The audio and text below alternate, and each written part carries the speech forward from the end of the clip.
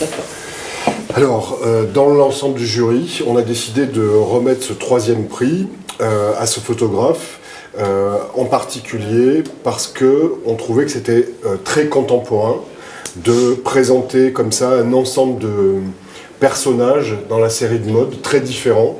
Donc on a une personne âgée, un jeune enfant, un garçon avec un chien. Et du coup, on a trouvé en tous les cas que c'était les personnalités des gens qui ressortaient dans cette série, qui étaient mises en avant et qui donnaient du coup quelque chose de particulier. Et c'est ça qui nous a plu. C'est pour ça qu'on a choisi ce troisième prix ici.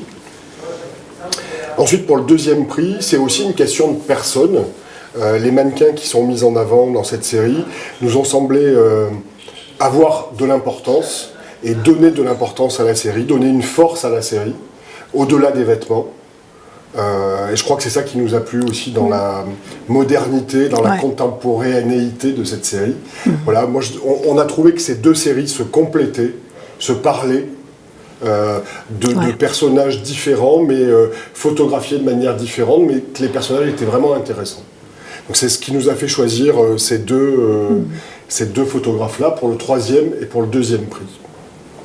Pour le premier prix, c'est totalement différent. Il ne s'agit pas de personnes, il s'agit d'objets. Et ce qui nous a plu, c'est que ça rassemble à la fois quelque chose d'esthétique, de très beau pour nous, comme des sculptures. Ça parle de mode sans en être. C'est drôle, enfin ça peut être drôle. Et du coup, on s'est dit que cet ensemble-là d'intelligence, si un jour ce photographe décidait de l'appliquer à la mode, ce serait sûrement pareil. Ouais. Donc c'est pour ça qu'on a décidé de lui donner le grand prix du jury mode pour cette édition. Bravo.